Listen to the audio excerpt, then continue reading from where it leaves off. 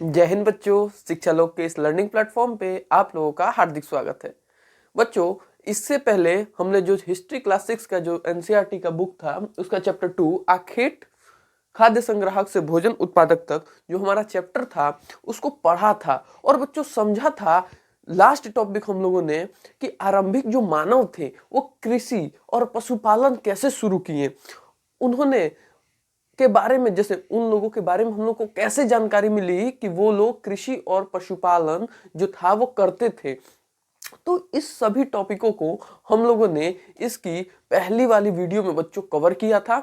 ठीक है, आइए अब बढ़ते हैं आगे और देखते हैं बच्चों कि जो मानव थे वो अस्थायी रूप से जीवन कब व्यतीत किए, कैसे रहते थे। ठीक है, और यह पढ़ेंगे कि मेहरगढ़ में जो जीवन था, मृत्यु था, मतलब जीवन किस प्रकार चल रहा था। वहां से हम लोगों को कुछ ऐसे साक्ष्य मिले हैं जो एकदम बेहद रोचक तथ्यों से भरे हैं, बेहद रोचक है। हम लोग कश्मीर के बुर्ज होम के बारे में पढ़ेंगे कि बुर्ज होम में बच्चों किस प्रकार जीवन और मृत्यु का जो खेल चल रहा था उसके बारे में एकदम आसान भाषा में समझेंगे। ऐसा लगेगा कि आप लोग क्लास में नहीं, बिल्कुल वहां पे जाके बसे हुए हैं, वहीं पे जाके देख रहे हैं, वैसा आपको फील देंगे इस क्लास में। ठीक है, तो वीडियो में बस बने रहिए और देखिए, हमारे साथ चलिए। कुछ नहीं करना है, ईयरफोन डाल लीजिए और चुपचाप मेरी वीडियो सुनिए। मैं जो बोल रहा हूं उसको सुनिए ध्यान से, कुछ भी करने की जरूरत नहीं, एकदम दिमाग में आपके फिट हो जाएगा बात। जो भी बताऊंगा एकदम याद रहेगा। नहीं याद रहेगा तो बच्चों आप कमेंट करके बताइएगा कि हमको याद नहीं हुआ। ठीक है, बढ़ते हैं टॉपिक पे। जीवन की जो स्थायी जीवन की ओर है, ये बुक का टॉपिक है। ठीक है, बुक के टॉपिक के हिसाब से ही बच्चों हम लोग आगे बढ़ेंगे। ठीक है, तो बुक के टॉपिक के हिसाब से बढ़ते हैं। देखिए, हम लोगों का जो स्थायी जीवन की ओर बढ़ना शुरू हुआ, ये कब हुआ? नवपाषाण काल में। नवपाषाण काल में हम लोग जो थे स्थायी जीवन की ओर बढ़ना शुरू कर दिए थे। स्थायी जीवन यानी क्या, कैसे प्राप्त हुआ? खेती शुरू कर दिया हम लोगों ने, खेती किया, पशुपालन किया। पशुपालन, खेती और पशुपालन जो था हम लोगों ने शुरू किया। और खेती जब शुरू किया तो एक स्थान पे 3 से 4 महीने तक हम लोगों को स्थायी रूप से बसना पड़ गया। क्या हो गया? बसना पड़ गया अस्थायी रूप से। खेती करिएगा तो अनाज 3 से 4 महीने के पहले होगा ही नहीं, तो क्या करना पड़ेगा? उसके जुताई करने के लिए, उसकी निराई करने के लिए, खरपतवार साफ करने के लिए, सिंचाई करने के लिए, कटाई करने के लिए हम लोगों को समय लगेगा ना। लगेगा कि नहीं? बिल्कुल लगेगा। तो इस कारण, खेती के कारण जो मनुष्य था वो क्या हुआ? वह एक स्थान पर रहने के लिए मजबूर हुआ और अस्थायी रूप से रहने की ओर, जीवन व्यतीत करने की ओर बढ़ा। क्या हुआ? अस्थायी रूप से जीवन व्यतीत करने की ओर बढ़ा। कैसे बढ़ा? खेती के कारण। तो याद रहेगा ना किस कारण बढ़ा? तो खेती के कारण। ठीक है, बढ़ते हैं आगे।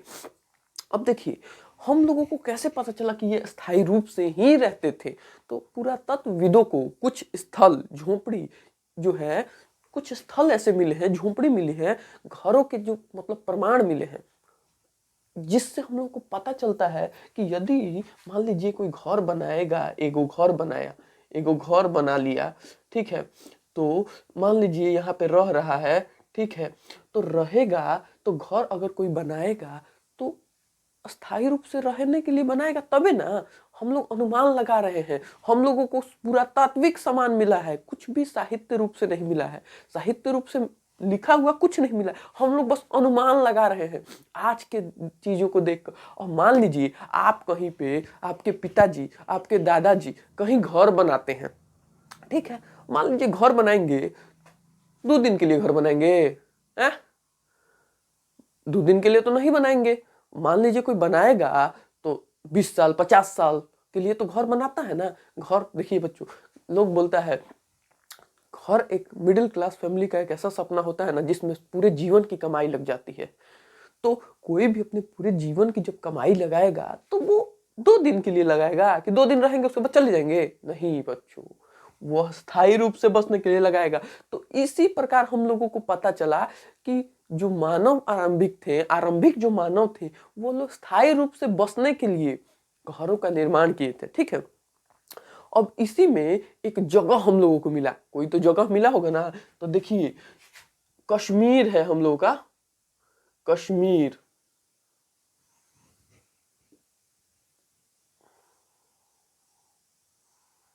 कश्मीर यहाँ पे है। कश्मीर से हम लोगों को एक स्थान मिलता है बुर्ज होम।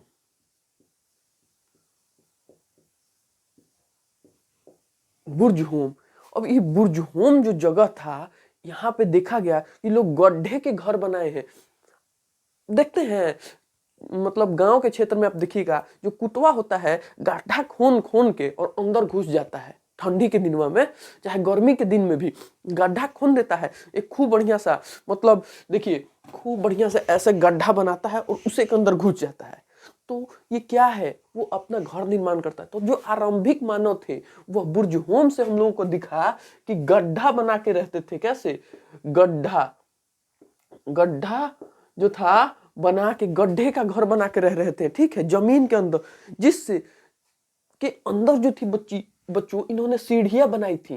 कैसे? अब देखिए घर तो बना दिया गड्ढा का, अब उतरना, कूद जाएंगे। मान लीजिए कोई घर बनाएगा गड्ढा खोन के, तो उसमें कूद थोड़ी जाएगा, गोरे में हाथ टूट जाएगा।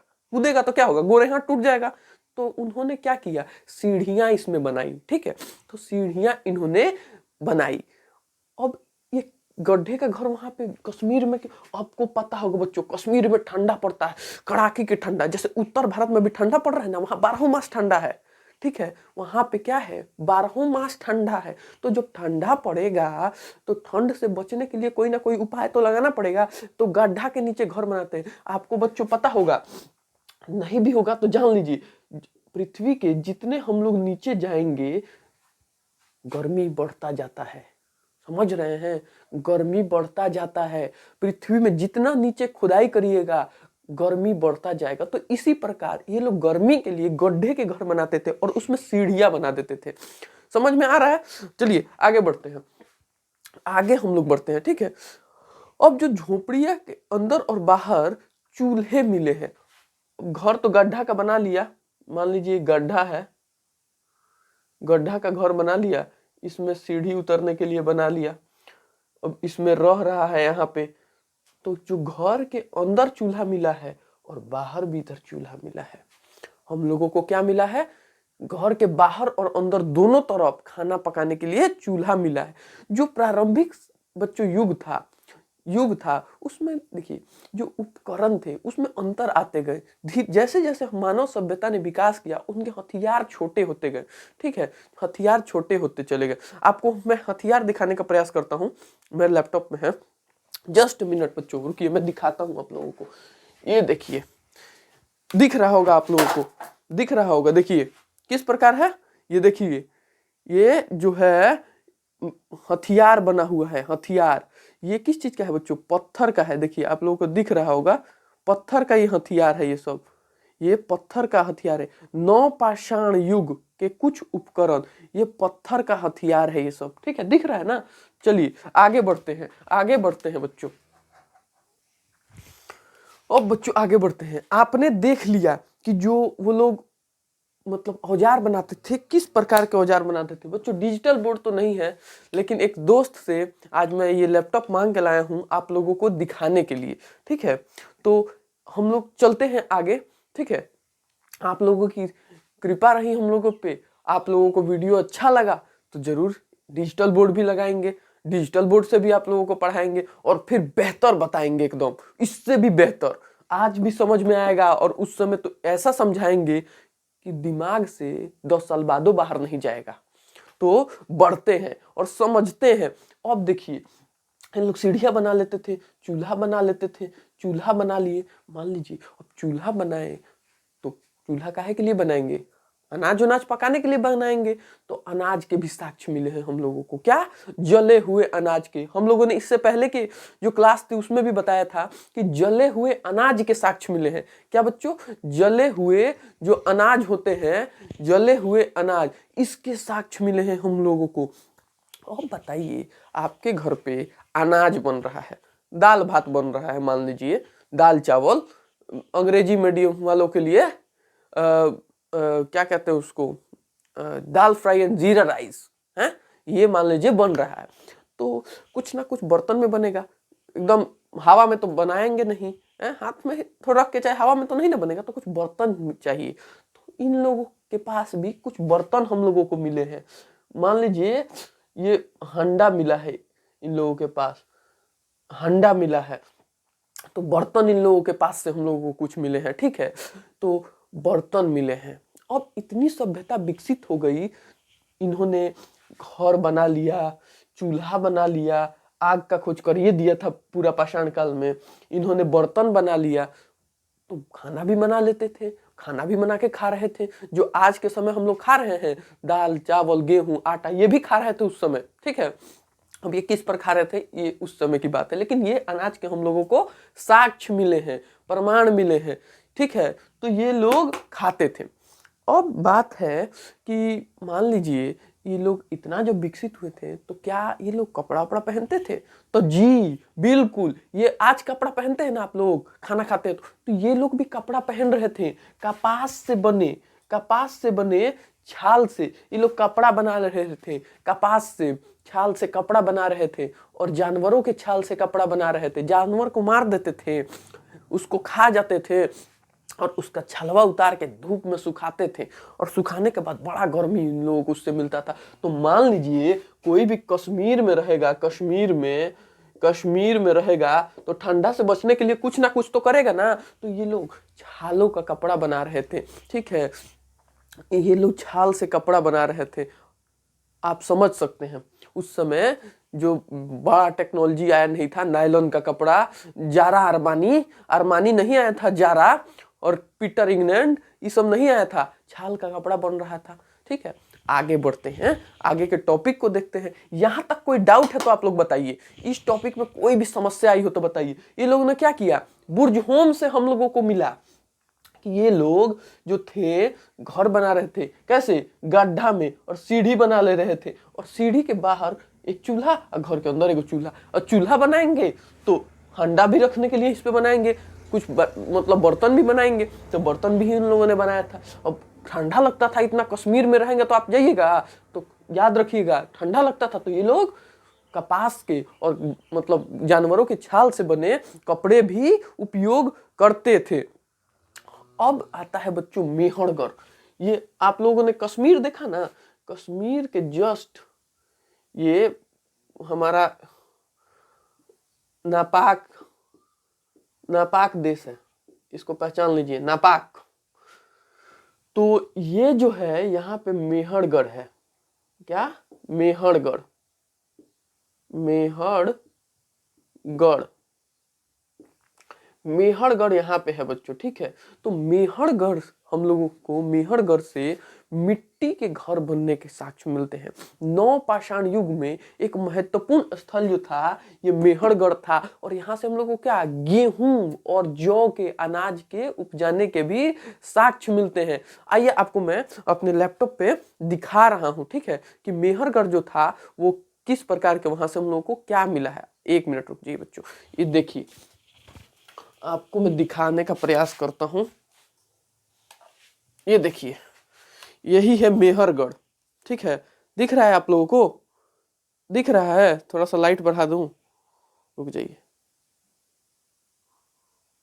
अब दिख रहा होगा, एकदम दिख रहा है ना मेहरगढ़। ये देखिए यही था मेहरगढ़, मेहरगढ़, मेहरगढ़ यही हम लोगों का है, ठीक है। अगला टॉपिक अब मेहरगढ़ पढ़ते हैं, ठीक है, चलिए।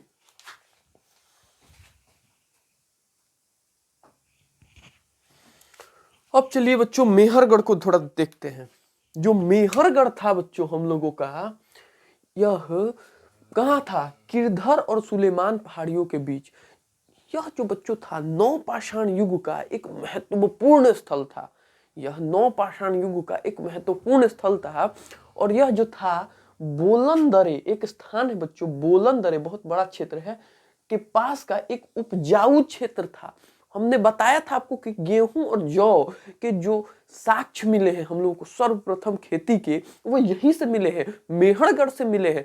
तो बताइए मेहरगढ़ के पास जब मिले हैं तो यह उपजाऊ क्षेत्र था इसलिए मिले हैं, तबे ना मिले हैं। अब यहां से क्या क्या मिला है बच्चों, गेहूं के साक्ष्य, जौ के, और पशुपालन में हम लोगों को भेड़, बकरी, भेड़ बकरी आदि के पालने के भी साक्ष्य मिल गए हैं। समझ में आ रहा है आपको? भेड़ बकरी के भी पालने के साक्ष्य मिले हैं। तो मेहरगढ़ जो था, इसके बारे में मैंने आपको दिखाया भी था बच्चों कि मेहरगढ़ किस प्रकार से हम लोगों को मिला है, और यहाँ से गेहूं और जौ के भी साक्ष्य मिले हैं। यह जो क्षेत्र था बच्चों, देखिए मेहरगढ़ जो था,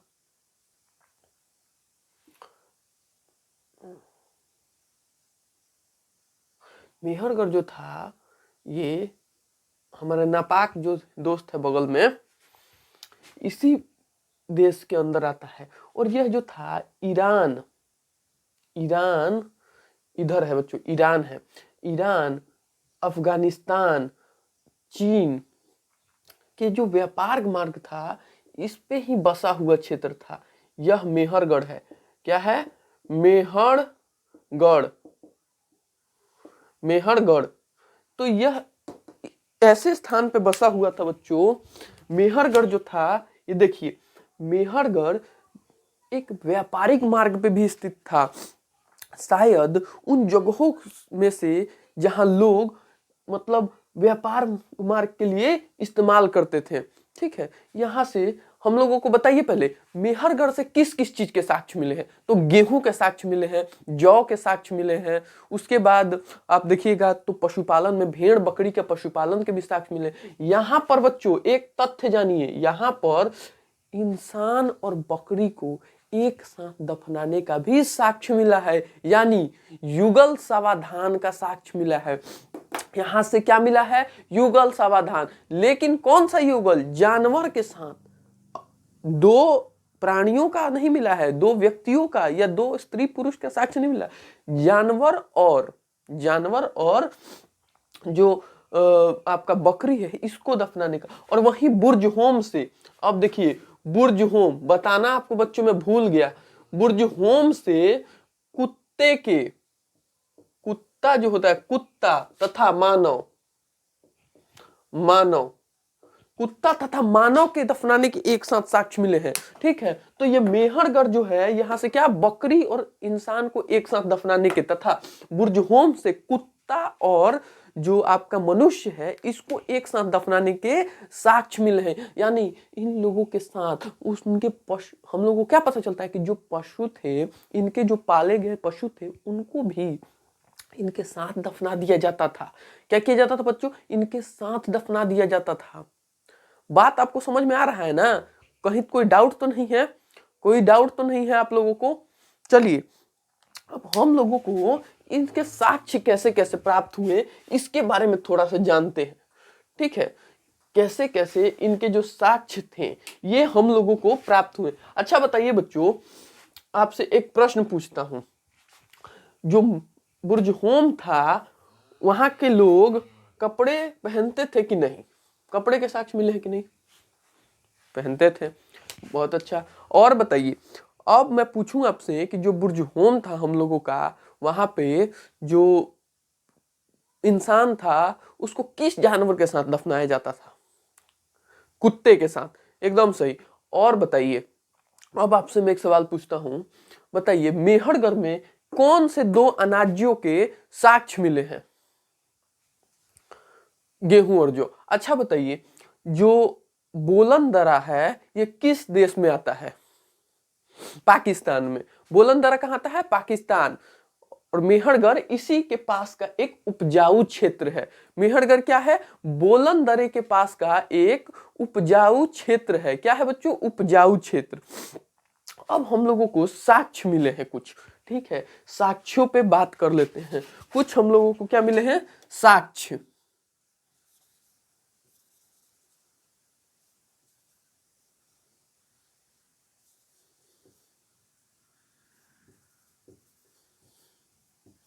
ये भी हम लोगों का टॉपिक ही है बुक का। अब हम लोगों को जो मेहरगढ़ है इससे क्या क्या साक्ष्य मिले हैं? हिरन के, सुअर के, गलत लिखा गया है सुअर, और भेड़ के, बकरी के, बकरी के जो क्या क्या साक्ष्य मिला है? हिरन, सुअर, भेड़, बकरी जो थे इन जानवरों के हड्डी मिले हैं। जानवर मिलेगा? बकचोदर जैसा सवाल, यहां से कैसे जानवर मिल सकता है? बताइए। आप लोगों को मैं 10,000 साल पुरानी बात बता रहा हूं। आपको अगर कोई अभी हाल ही के आदमी को आप दफना दीजिए, 1 महीना बाद जाइएगा तो उसका एक मांस भी नहीं मिलेगा, सारा हड्डी मांस गल जाता है, डिकम्पोज्ड हो जाता है। तो हम लोगों को हड्डियां मिली हैं, ठीक है, हड्डियां मिली हैं। अब देखिए क्या क्या मिले, किस किस के? हिरन, सुअर, भेड़, बकरी। हिरन, सुअर, भेड़, बकरी। याद करिए किस किस जानवरों के हड्डियों के साक्ष्य मिले हैं? तो हिरन, सुअर, भेड़, बकरी। हिरन, सुअर, भेड़ और बकरी के जो हड्डी हैं उनके साक्ष्य मिले। तो इससे क्या पता चलता था कि यहाँ पे ये हिरन, सुअर, भेड़, बकरी भी रहते थे, इनको भी पाला जाता था। अब देखिए इनके जो घर थे, मैंने आपको बच्चों अभी घर दिखाया था कि किस प्रकार के होता था। अब देखिए इनके जो घर थे वो कैसे होते थे? चौकोर होते थे। चौकोर होते थे। चौकोर या आयताकार, बात एक ही होता है, ठीक है। तो चौकोर घरों के अवशेष मिले हैं जिनमें 4 से अधिक डिब्बा होता था। देखिए ऐसे ऐसे ऐसे, 1 गो डिब्बा, 2 गो डिब्बा, 3 गो और ये 4 गो। तो 4 गो डिब्बे मिलते थे। कुछ डिब्बे थे, मान लीजिए ये छोटा डिब्बा है, तो इसको ये लोग क्या करते थे? भंडारण के लिए यूज कर लेते थे। अनाज को इसमें रख देते थे और 3 गो में रहते थे, ठीक है। अब बात आप समझिए कि यहाँ पे क्या क्या साक्ष्य मिले हैं। तो हम लोगों को हिरन, जानवर जैसे सुअर, बकरी आदि प्रकार के जो जानवर हैं इनके हड्डी मिले हैं। इनके घर कैसे थे? तो चौकोर थे और एक घर में 4 डिब्बा के आकार का इन लोगों ने बना रखा था। कैसे? ऐसे देखिए, डिब्बा का आकार का बना रखा था और एक ऐसा डिब्बा रखा था जिसे भंडारण के लिए यूज करते थे। गेहूं चावल जो उपजाते थे। अब डेहरी का नाम सुने हैं आप लोग? गांव में डेहरी होता है। तो डेहरी का काम क्या होता है? जो अनाज आया उसको भंडारण के लिए रखा जाता था। मिट्टी का बच्चों बनाया जाता था, मिट्टी का एक गोल नुमा आकार का ऐसे बना दिया जाता था, उसमें एक छोटा सा मुंह नीचे की तरफ रहता था, तो उसमें अनाज को रखा जाता था, समझ रहे? जिससे उससे कीड़े ना खाए, सड़े गले ना। मिट्टी का होता था। सीबीएसई वाला लोग के लिए ट्रंक व्रंक जो होता है, आप लोगों के घर बड़ा बड़ा आता है बक्सा, प्लास्टिक का और टीन का, तो उन लोगों के लिए वो था। तो हम लोग जो गांव क्षेत्र के हैं, जो ग्रामीण समाज के हैं, वो डेहरी का प्रयोग करते थे पहले भंडारण के लिए। तो ये लोग क्या करते थे? घर बनाते थे, इसको 4 डिब्बा में बांट के, और 1 डिब्बा में क्या करते थे? अनाज को रखते थे, भंडारण करते थे। इसके बाद हम लोग देखते हैं कि ये जो जीवन की अवधारणा थी मेहरगढ़ की, ये बकरी जैसे जो मतलब आप देखिएगा बकरियों को इंसानों के साथ दफन किया जाता था। तो ऐसे मैंने अभी आपको बताया कि बकरी को इंसान के साथ दफन करने के भी साक्ष्य मिले हैं। क्या मिले हैं? बकरी को इंसान के साथ दफन करने के साक्ष्य मिले हैं। आपको ये टॉपिक समझ में आया? आप बताइए, बोलंदरे के पास की उपजाऊ क्षेत्र कौन सी थी? मेहरगढ़। बोलंदरे के पास की उपजाऊ क्षेत्र मेहरगढ़। अब बताइए बुर्जहोम किस स्थान पे है? कश्मीर में है। बुर्जहोम के जो घर थे वो कैसे थे? गड्ढे के प्रकार के घर थे और अंदर सीढ़ियां उतरने के लिए बनाई गई थी। जो बुर्जहोम के घर थे उन्हें चूल्हे कैसे थे? तो घर के बाहर और एक घर के अंदर चूल्हे थे, ठीक है। अब यहाँ पे जो मेहरगढ़ है, यहाँ का जो घर बनता था वो चौकोर बनता था, चौकोर टाइप में घर बनता था, और ये 4 हिस्सों में इन घर को बांट दिया जाता था। एक हिस्सा भंडारण के लिए रहता था, भंडारण के लिए रहता था, एक हिस्सा भंडारण के लिए रहता था। बात समझ में आ गया? किस किस जानवर की हड्डी मिली है? हिरन, सुअर, भेड़, बकरी की हड्डियों के साक्ष्य मिले हैं। और इंसानों के साथ बकरी को दफन किया गया है किस स्थान पर? पूछ देगा तो क्या होगा? मेहरगढ़। और यह भी पूछ सकता है मेहरगढ़ जो हम लोगों का स्थान मिला है वह कौन से काल का है? याद रखिएगा मेहरगढ़ जो है आपके 9 पाषाण काल का है। 9 पाषाण काल। मेहरगढ़ कब का है? 9 पाषाण काल का क्षेत्र है, ठीक है। लगभग 8000 वर्ष पुराना। समझ में आया टॉपिक? अगर आ गया हो बच्चों, समझ में आया हो, याद हो गया हो आपके दिमाग में, फिट हो गया हो तो चैनल को सब्सक्राइब करिए। अगर आप लोगों की हम लोगों पे स्नेह बना रहा तो डिजिटल बोर्ड भी जल्द ही लग जाएगा। ठीक है, तब तक के लिए अगली क्लास में मिलेंगे। जय हिंद,